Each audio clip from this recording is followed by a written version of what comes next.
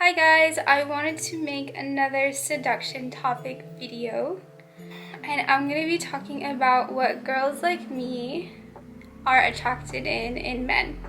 The intention of this video is to give you a better idea of what you can do to attract girls and whether you fit the profile or there's things that you could improve upon or find someone who likes something different. This video might be triggering to some people, but it's worth a listen to just hear a different perspective. I also want to clarify when I make these videos that it's not necessarily about Tantra, but I don't only talk about Tantra, I have a lot of varying interests. I like doing magic videos, seduction videos, cult videos. So I will be making more Tantra specific videos, but not to send out the message to confuse anyone that, sexuality or other things are necessarily Tantra.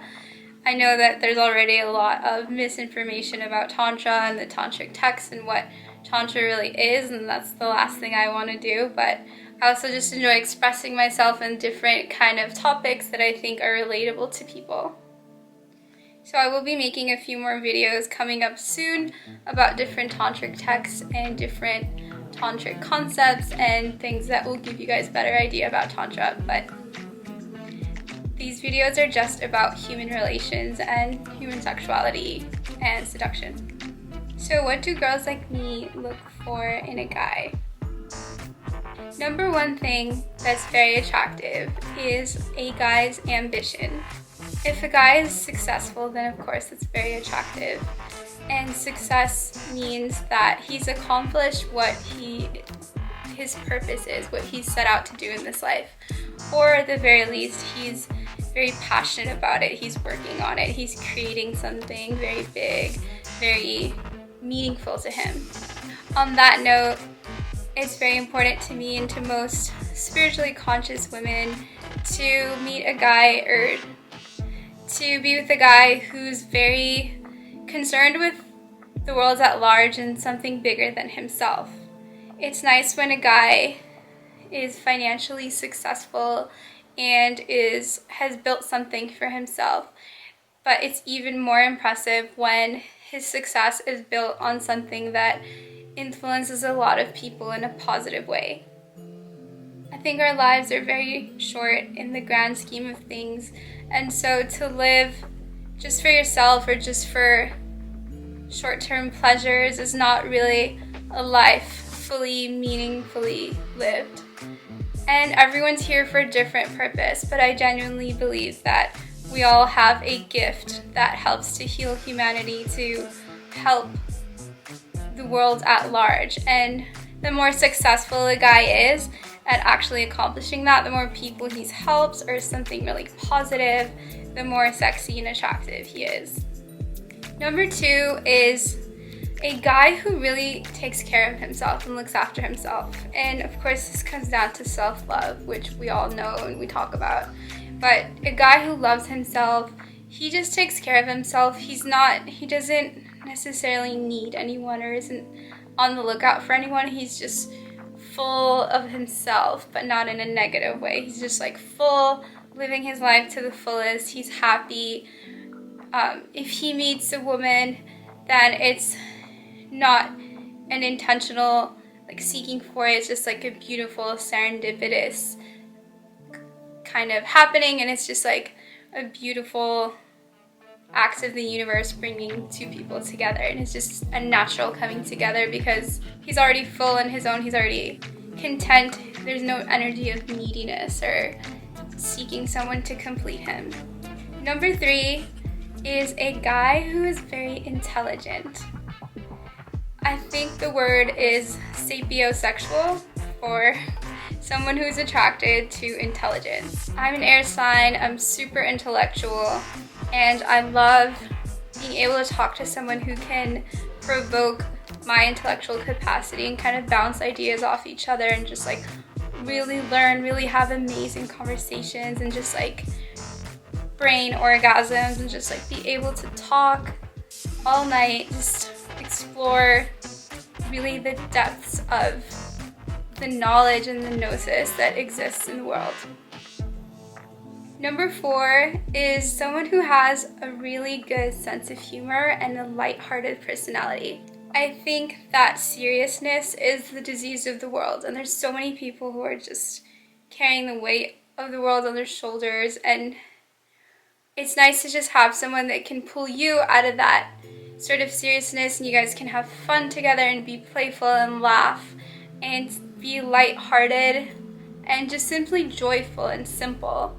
There's something very powerful about being able to laugh with someone, and someone who has a good sense of humor won't necessarily be someone who holds grudges. They'll just be playful and fun, and it makes life just so exciting and fun to be with somebody who's laughing and having fun all the time.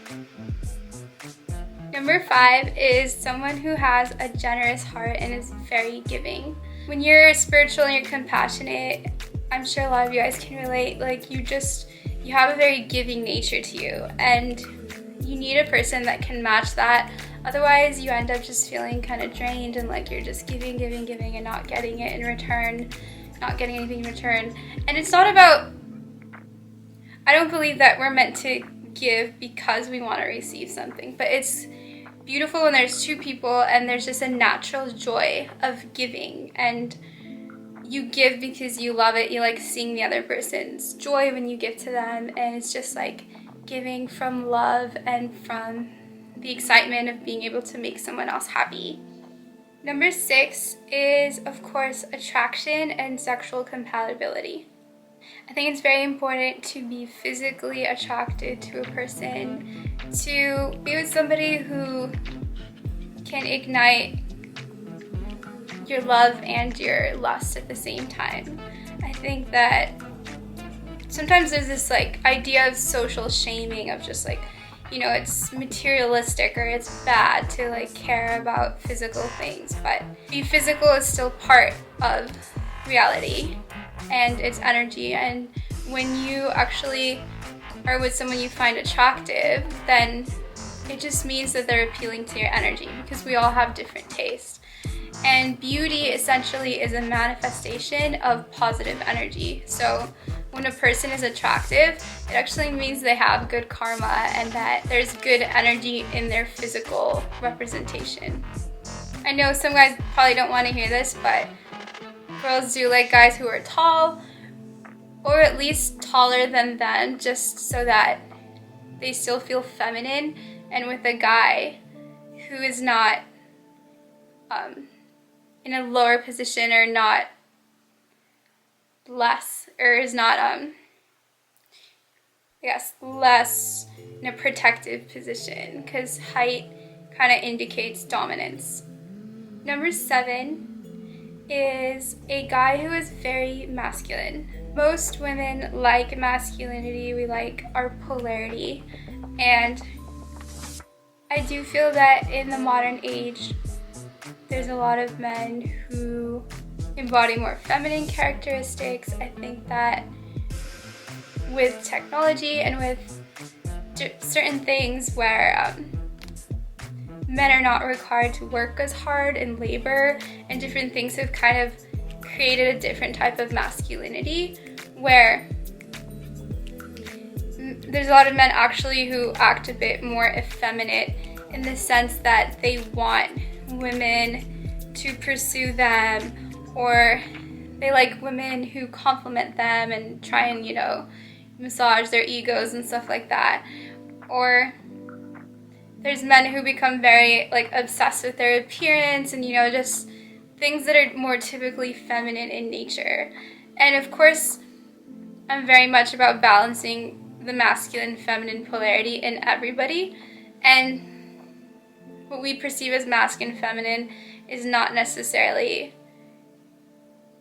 the social and cultural masculine feminine. It's more like yin and yang energy, meaning the more pursuing, penetrating, kind of aggressive energy versus the more like passive and yielding and receiving feminine energy.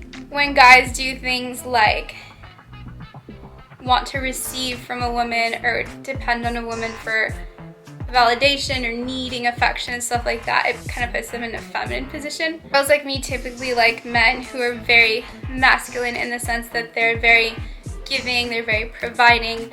They don't necessarily have these voids or sort of feminine traits where they feel like they need something from a woman to complete them.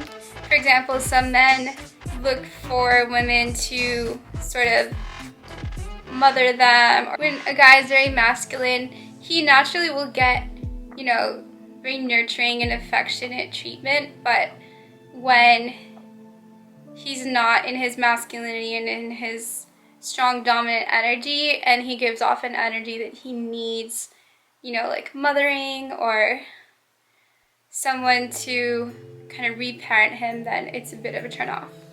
Masculinity and like strong masculine alpha traits are guys who take the lead, a man who's not afraid to express his opinion, not afraid to be strong, to be in his power.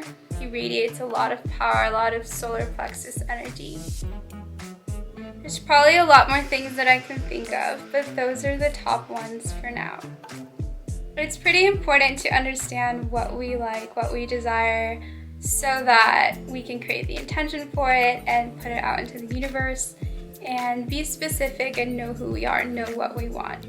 I would like to hear what you guys look for in people that you find attractive. Feel free to leave your traits in the comments below.